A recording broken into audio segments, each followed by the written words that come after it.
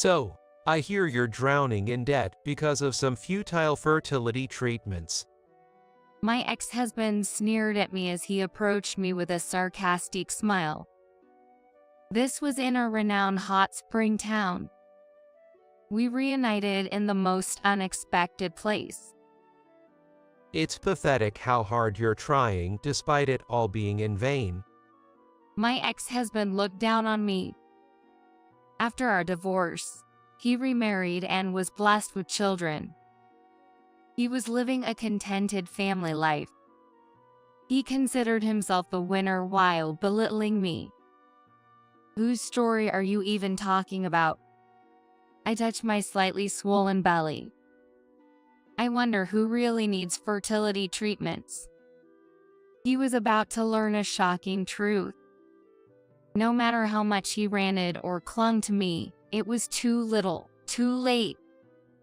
This marked the beginning of my ex-husband's downfall. The false happiness he had acquired through his misunderstandings was crumbling loudly. Those who find happiness, and those who let it slip away.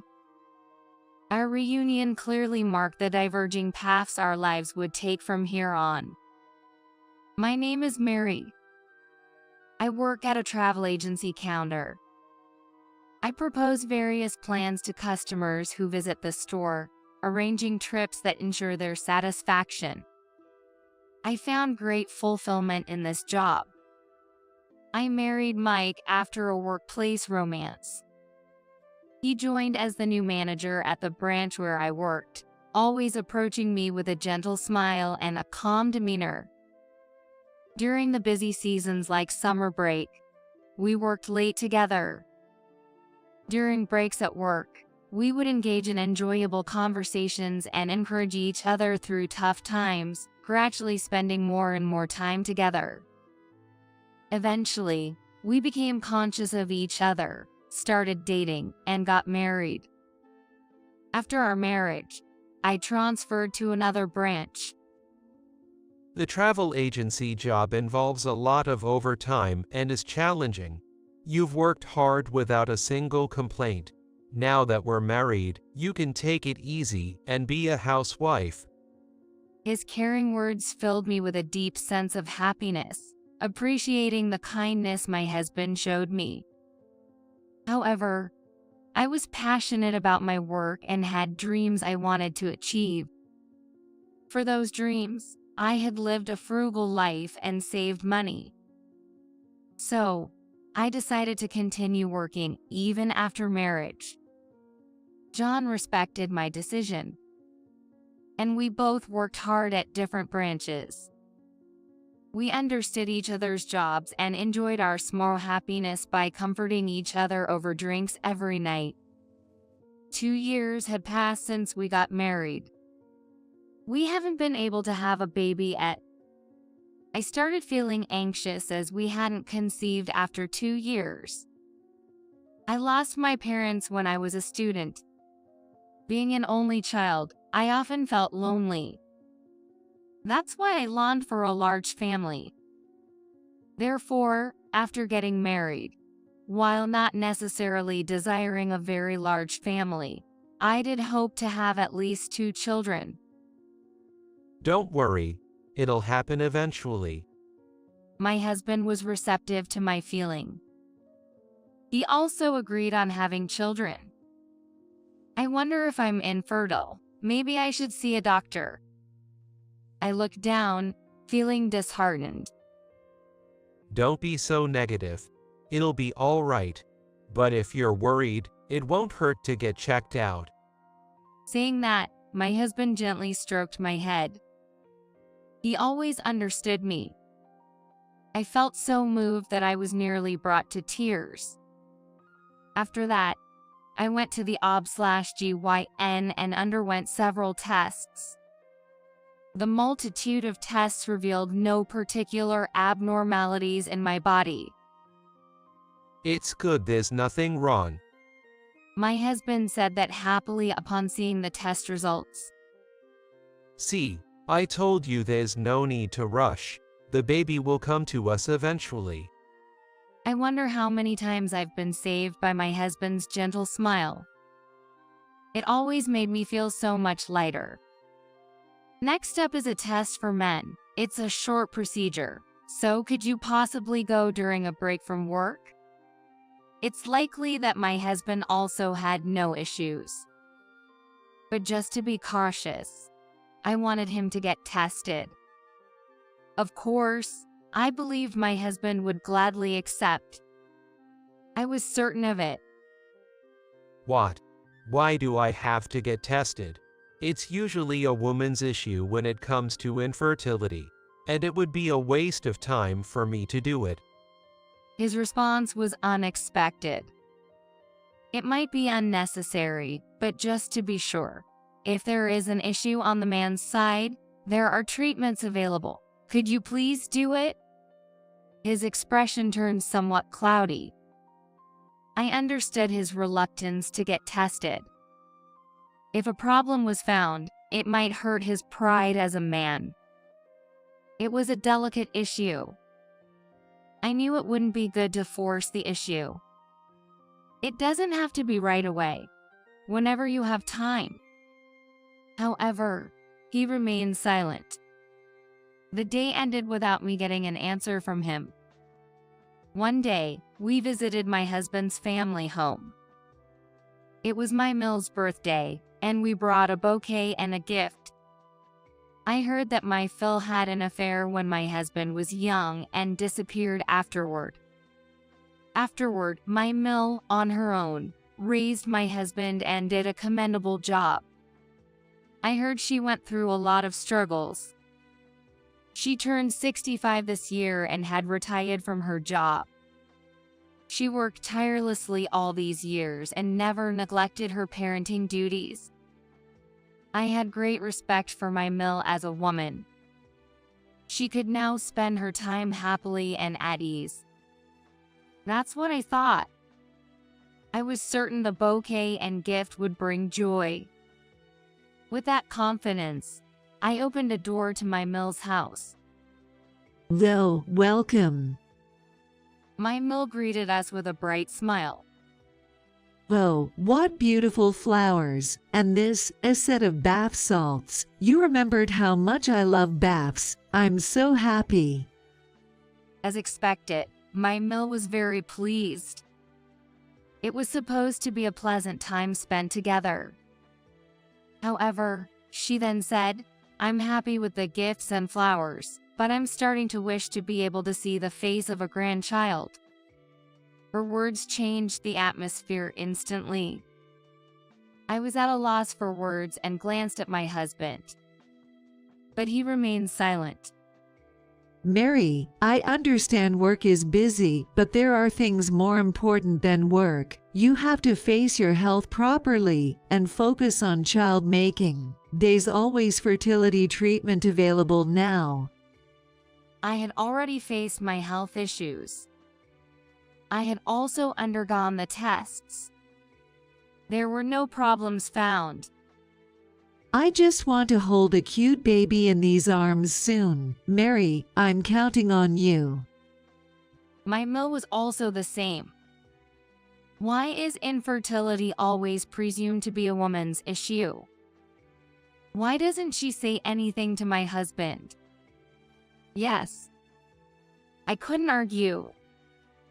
I was afraid that arguing would create a rift between my Mill and me. I wanted my husband to explain it properly, but he remained silent the whole time. It felt as though everyone assumed the reason we couldn't have children was entirely my fault. I'm hoping you'll have a baby in your belly by my next birthday. Those words weighed heavily on me. Setting a deadline only made me feel more anxious. I tried to tell myself not to worry, but her words echoed in my mind. I couldn't remember anything about the conversation that followed. As the evening came, we left my Mill's home. On our way back, we walked shoulder to shoulder in silence. Our long shadows were cast by the setting sun. I kept looking at those shadows.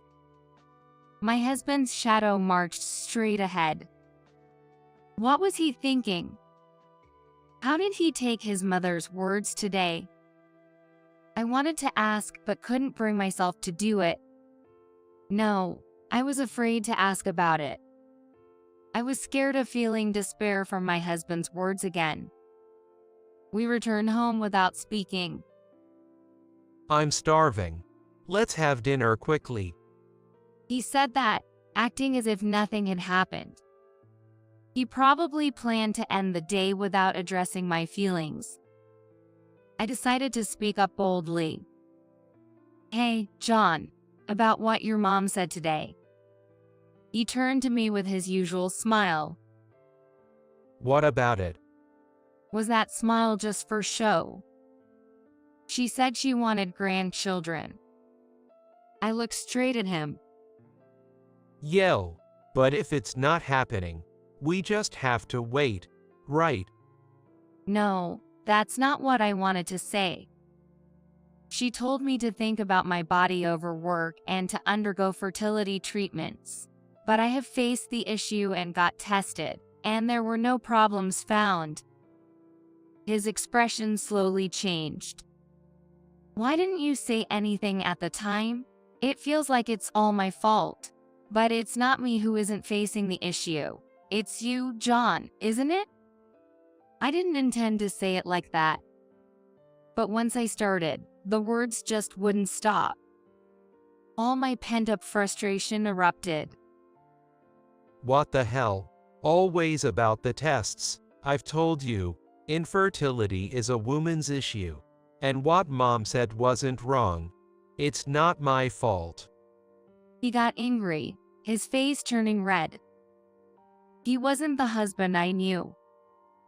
I know it's not your fault, John. It's wrong to blame anyone for infertility. But I just want to move forward. To do that, we need to start with the tests, whether it's for treatment or not. No matter how much we argued, we couldn't accept each other's viewpoints, and it remained a stalemate. This is too much hassle. I'm hungry. I'm going out to eat. With those words, my husband left the house. I was left alone in the quiet room. Suddenly, I felt all the strength drain from my body, and I slumped onto the sofa.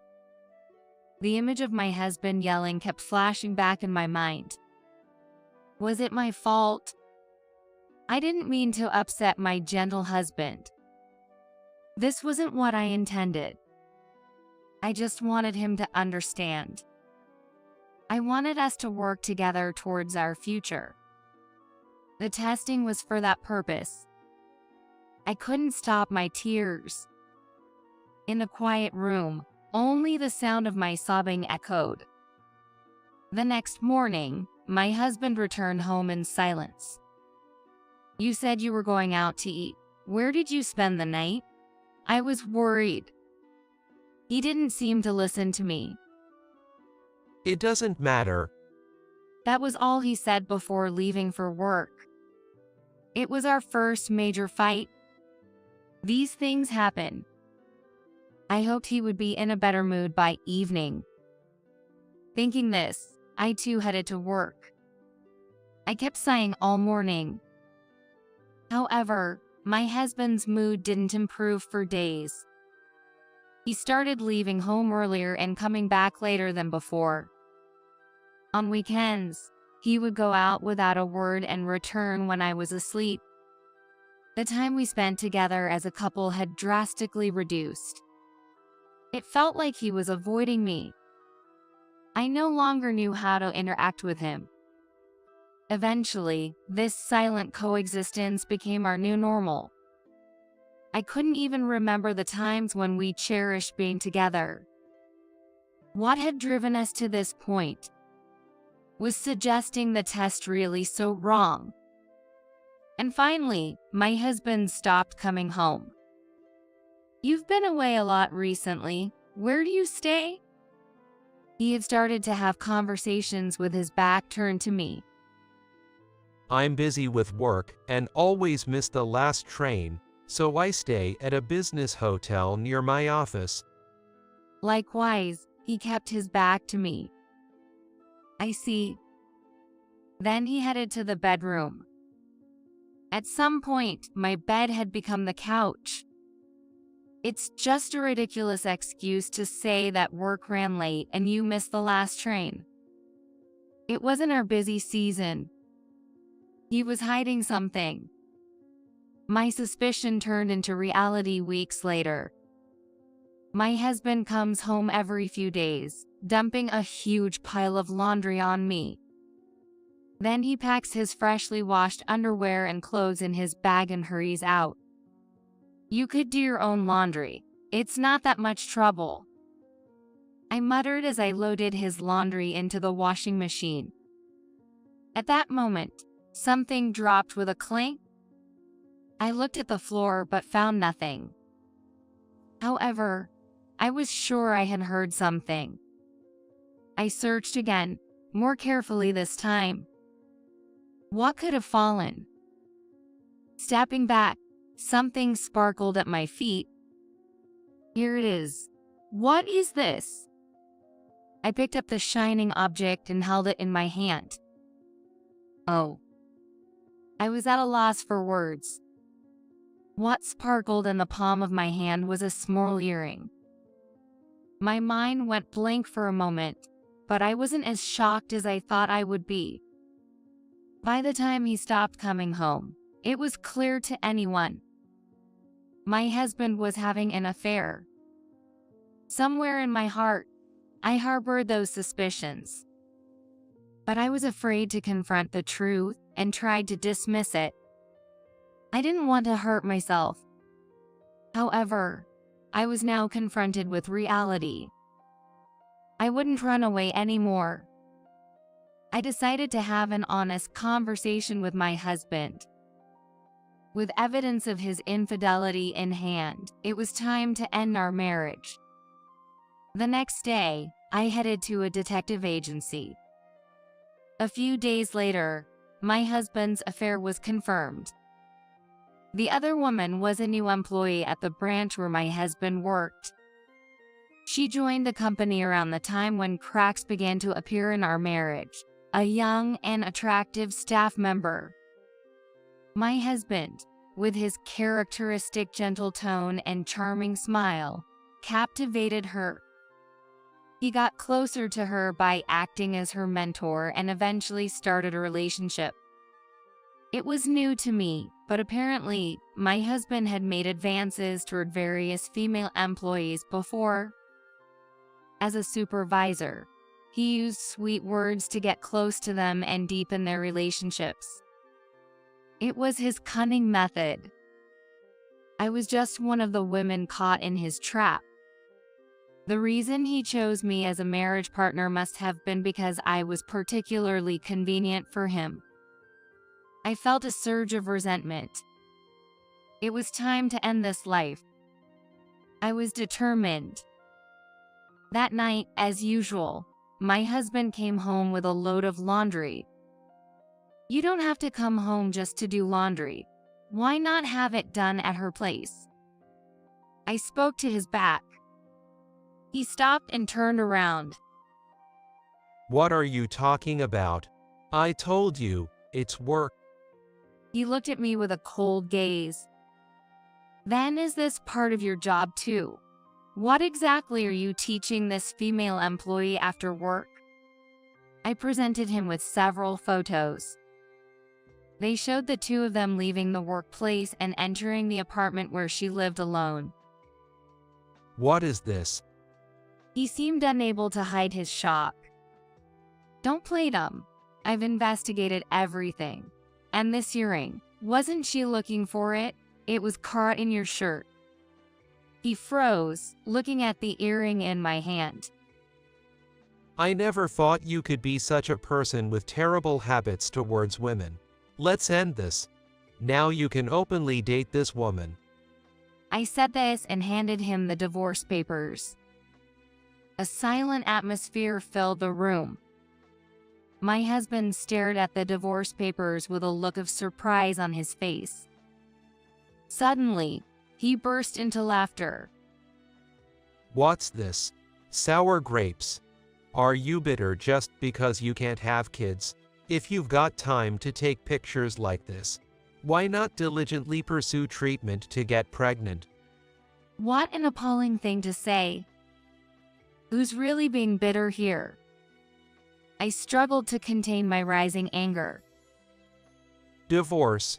I've been wanting that too. The other woman is pregnant. I've been eager to cut ties with you and move on. I only care about my new family now. What a reckless man to get the other woman pregnant. I was speechless. That was how our divorce was concluded. A swift and unceremonious end. John took only the bare essentials with him when he left. I decided to move out of the apartment we shared. After canceling the lease, I began packing up. Everything he left behind went straight into trash bags. I had no regrets whatsoever. Just then, the doorbell rang. Who could it be at a time like this? I slowly opened the door. Outside the door stood a man. His hair was unkempt, and he was wearing dirty clothes. He was a stranger I had never seen before. He then greeted me sincerely and began to speak. I was astounded by the man's words. Then, 3 years passed. I continued to live frugally after the divorce, and finally, my savings reached the target amount. I had made my dream come true. Then, I resigned from the travel agency. One day, I was walking through a hot spring town. This is one of the most famous hot spring towns in the USA. The outdoor bath store was popular, and people happily strolled through the town, visiting various hot spring facilities. Recently, new sweet shops and cafes have opened, becoming popular among young people. I love this vibrant hot spring town and have moved nearby. Enjoying a stroll in the pleasant weather, I suddenly heard a familiar voice call my name from behind. Who could it be? I was shocked and lost for words at the sight that met my eyes when I turned around. It was my ex-husband, whom I had parted ways with 3 years ago. Didn't think we'd run into each other here. On a solo hot spring trip. How miserable. My ex-husband was wearing work clothes. He was sporting a stubbly beard, and his hair was unkempt. I wondered if he had quit the travel agency. I never imagined we would meet here. My pleasant walk was completely spoiled. So, I hear you're drowning in debt because of those futile fertility treatments. John approached me with a sarcastic grin. All that effort for nothing. How sad. He scoffed, clearly looking down on me. He probably wanted to show off to me that he had children with his new wife and was living happily. He seemed to think of himself as the winner and looked down on me. Who are you talking about? I gave John a cold stare. I heard from the landlord of our old apartment. You've gotten yourself into debt, haven't you? After I left, some guy you borrowed money from came to collect money. You went into debt for expensive fertility treatments and ended up with nothing but a huge debt, right? The man he referred to was the one who visited while I was cleaning the apartment after our divorce. Debt? You're mistaken. Well, sometimes it's better to live in blissful ignorance. I then shared the truth to my ex-husband, whose expression clouded over slightly. It was a shocking truth for him. 3 years ago, after my divorce from my ex-husband, a man indeed visited as I was clearing out the room for moving. The man was not there for debt collection. He was actually my ex-husband's father. It was the father whom I had been told disappeared with an affair partner. He had come looking for my ex-husband. The father seemed to have learned from someone about the apartment where my ex-husband was living his married life. However, by then we had divorced and the apartment lease had been canceled. The name tags and mailbox labels had been removed, so his father didn't know which unit was John's. He had mentioned John's last name to the landlord, saying he wanted to meet because he had lent him money. The landlord, fearing the man was a debt collector, immediately contacted me. Upon receiving the message about the visitor from the landlord, I simply said, "Let him in. I'll meet him."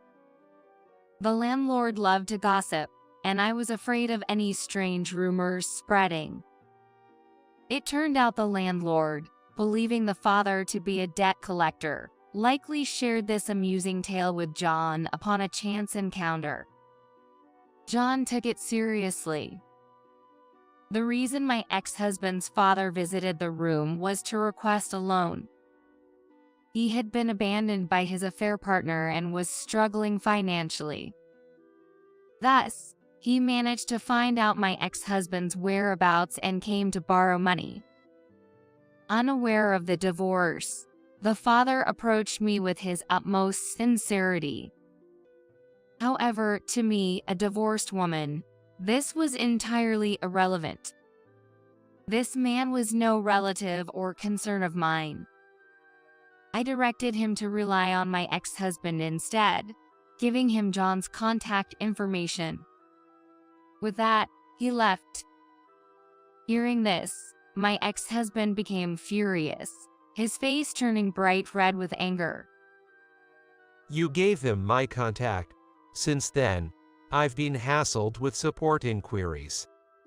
In the hot spring town filled with cheerful laughter, my ex-husband's angry voice stood out. Why should I have to support him? He left me and my mother. It's too much for him to show up now expecting help. It's understandable that my ex-husband would be angry. It was entirely his father's selfishness. However, I had no sympathy for that situation. Then my wife said she couldn't deal with such a troublesome Phil and talked about getting a divorce. That sounded unfortunate. But for the sake of our unborn child, I convinced her to give our marriage another chance, and by helping with her family's cleaning business, we managed to settle things. I looked at the logo on my ex-husband's work clothes. It seemed that his wife's family was in the cleaning business, judging by the company name written there. John had given up his position as a travel agency branch manager to work daily at Hot Spring Inns as a cleaner. His income from the cleaning job was entirely managed by his wife, leaving him with no disposable money. His wife, aware of his wandering eye, likely wanted him under her parents' watchful eyes by making him quit the travel agency job. I was impressed by his young yet capable wife. You have a strong wife, but it's rare for a wife to restrict her husband so much. Is there another reason? John suddenly went quiet, turning pale. What? Are you hiding something else? I had nothing to hide. However, there was just one thing that intrigued me. I wonder if the child really is yours. I said that while gently touching my slightly swollen belly. My ex-husband froze as he looked at my belly. It was as if time had stopped just for him. In fact, I was pregnant. As the tests confirmed, there was nothing wrong with me. After the divorce, I led a life far beyond what my ex-husband could have imagined. That life was sheer happiness. As I said this, I attempted to enter the luxury inn in front of me. Then my ex-husband called out, "Wait, please listen to me." But I felt no obligation to hear him out any further.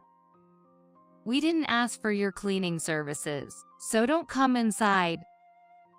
He looked at me, bewildered. What do you mean we? Who are you to this inn? I didn't need to continue the conversation, but I decided to leave him with one final remark. I own this inn. His face turned pale once again. My parents adored this hot spring town. When I was young, our family often stayed at a small inn in this hot spring town. That inn, filled with our memories, became very old and neglected, overshadowed by the newer, larger inns surrounding it. Eventually, it faced financial difficulties and nearly closed. My dream was to purchase and revive this inn. I saved most of my earnings from the travel agency, and with frugality, I reached my savings goal. I bought the inn with my inheritance and savings, renovated it, and reopened it. Using my experience from the travel agency, I created a welcoming place for everyone, young and old, men and women alike. The reputation of the inn spread rapidly.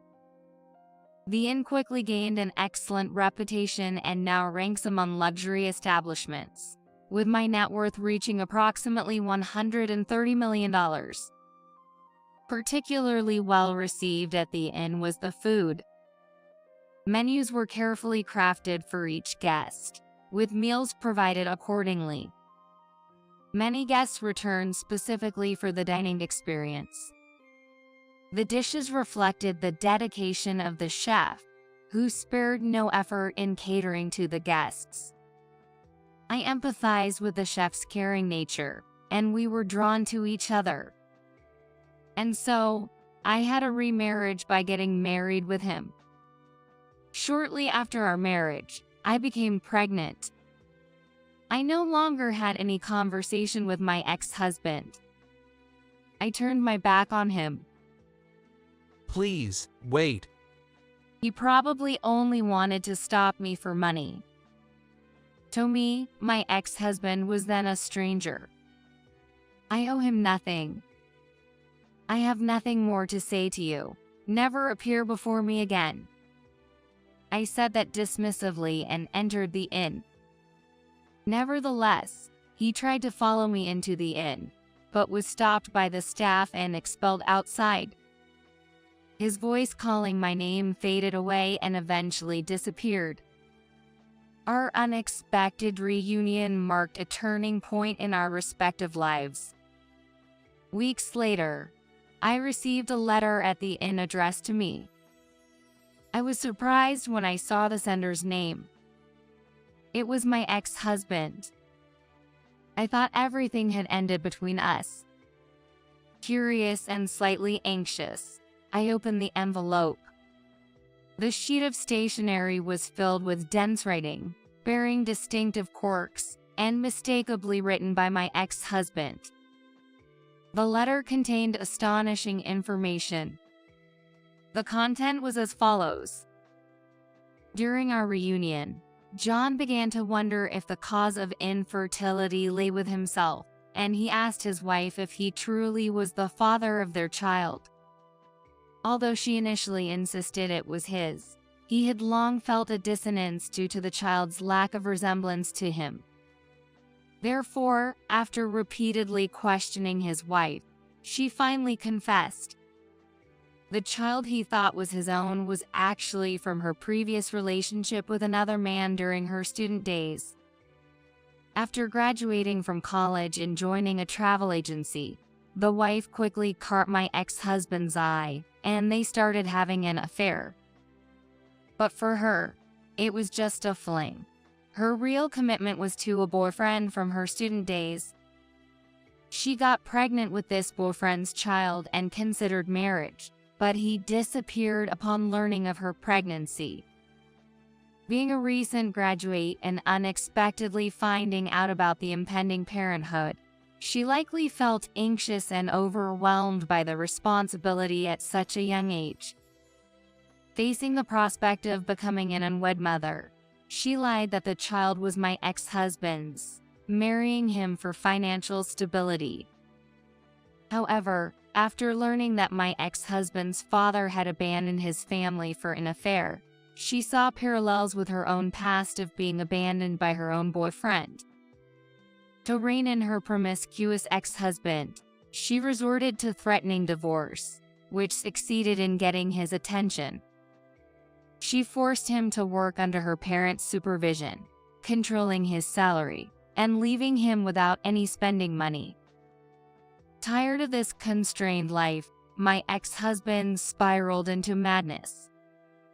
Constant arguments with his wife became routine, leading him to choose divorce.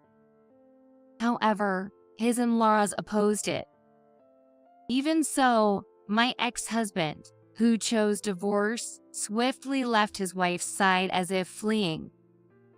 Consequently, he was left with very little money. Now he wanders from one budget hotel to another. Due to not owning a suit and having poor personal grooming, he struggles to find employment even though he endeavors to search for one. It seems he relies on daily temp jobs, earning just enough to cover his daily meals. He wishes he could go back to the old days again. That's what was written in the letter. I thought to myself, don't mock me by saying you want to get back together with me. While I felt pity for his plight, it was the path he chose. He was marred by infertility issues, infidelity, and disdain towards me at our reunion. He always acted selfishly, never considering my feelings. I am no longer the person I was back then. I have a bright future ahead with my new husband and our soon-to-arrive baby.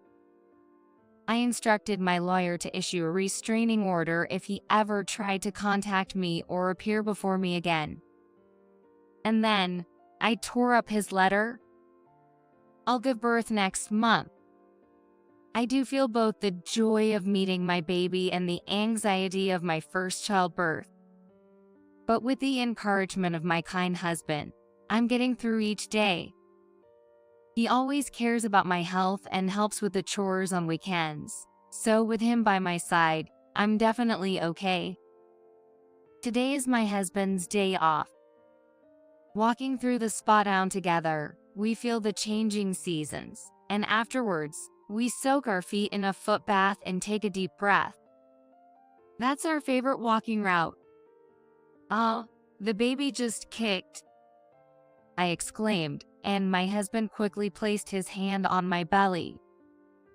He then softly spoke to our unborn child. This happiness is not something to be taken for granted. That's why I think we should cherish it. And so, I took another deep breath of the air in this town, surrounded by the beautiful nature.